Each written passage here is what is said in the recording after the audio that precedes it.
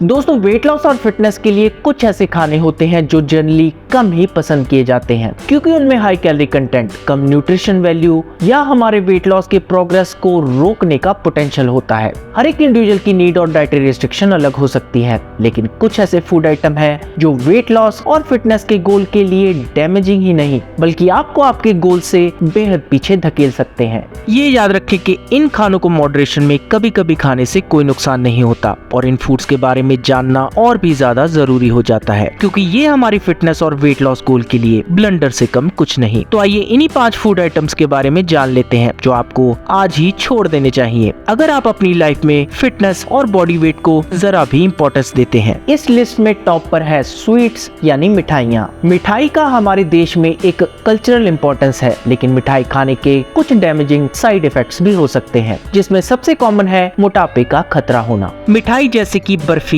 गुलाब जामुन, जलेबी, रसगुल्ला, काजू कतली और पेड़ा, ये सब ज्यादातर ढेर सारी चीनी से बनाई जाती हैं। इनमें चीनी, मक्खन, घी, खोया और मेवा, ये सभी चीजें शामिल होती हैं। इन सभी इंग्रेडिएंट्स के कंजम्पशन से हमारे शरीर को एक प्लेजर का एहसास मिलता है जो हमारे ब्रेन में डोपामाइन, जो कि एक हैप्पी हार्मोन है, इसे रिलीज करता है। लेकिन इनका मॉडरेशन से ज्यादा कंजम्पशन हमारे शरीर पे कई नेगेटिव इम्पैक्ट डाल सकता है, भले ही वो हमारी हेल्थ हो, फिटनेस हो या फिर डायबिटीज जैसी लाइलाज बीमारी। मिठाई में काफी कैलोरीज होती हैं और जब भी आप ज्यादा कैलोरीज लेते हैं और उन्हें बर्न नहीं करते तो ये शरीर में चर्बी के रूप में जमा हो जाती हैं। मिठाई में चीनी के सेवन से इंसुलिन के साथ ग्लूकोज का लेवल भी बढ़ जाता है, जिससे ब्लड शुगर लेवल ज्यादा समय तक हाई रहता है और जो धीरे धीरे डायबिटीज का खतरा पैदा कर सकता है। मिठाई में न्यूट्रिएंट्स ना के बराबर होती हैं। इनमें फाइबर, प्रोटीन, विटामिन और मिनरल्स, इन सब की मात्रा काफी कम होती है। दूसरे नंबर पर है कार्बोनेटेड ड्रिंक्स। मोटापा एक बेहद बड़ी समस्या है जो आजकल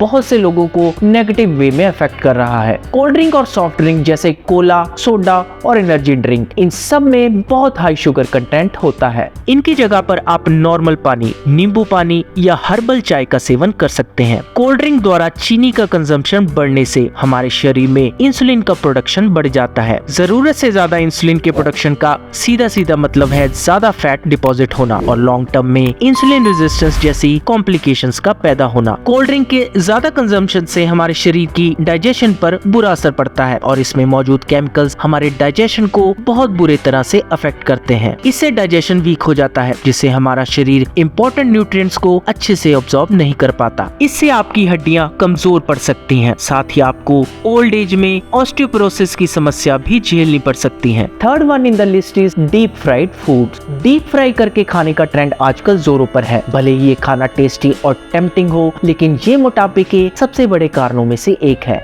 मोटापे को लेकर लोगों में कई परेशानियां होती हैं और डीप फ्राइड फूड्स इन परेशानियों को काफी हद तक बढ़ा सकते हैं। ध्यान रहे आप इन सभी डीप फ्राइड फूड से दूर रहें या सिर्फ मॉडरेशन में ही इनका कंजम्पशन करें। फ्रेंच फ्राइज और आलू टिक्की, समोसा या फिर पकौड़ा और फ्राइड चिकन या फिर फ्राइड फिश, आप चिप्स, नमकीन, चिकन नगेट और मेदू वड़ा, इन जैसे सभी डीप फ्राइड फूड से दूर ही रहे तो अच्छा होगा। डीप फ्राई करने के लिए हम घी, तेल और अन्य किसी ऑयल का यूज करते हैं जो काफी हाई होते हैं कैलोरीज में। जब हम किसी चीज को डीप फ्राई करते हैं तो उसमें ऑयल ज्यादा अब्सॉर्ब होने की वजह से उसका कैलोरी कंटेंट बढ़ जाता है। डीप फ्राई फूड्स में एक और समस्या होती है और वो है ट्रांस फैट। जब भी हम किसी चीज को डीप फ्राई करते हैं तो उसमें अच्छे फैट्स को ऑक्सीडाइज करने वाले ट्रांस फैट भी बन सकते हैं। ट्रांस फैट हमारे शरीर के लिए बेहद हानिकारक होते हैं और ये मोटापे के साथ साथ दिल की बीमारियों का कारण भी बन सकते हैं। चौथी फूड आइटम जो इस लिस्ट में है वो है refined food items. Refined food यानी कि प्रोसेस्ड फूड, ये वो नेचुरल फूड्स होते हैं जो अलग अलग रिफाइनिंग के प्रोसेस से गुजरते हैं और जिससे इनमें से सभी न्यूट्रिएंट्स को रिमूव कर दिया जाता है। रिफाइनिंग से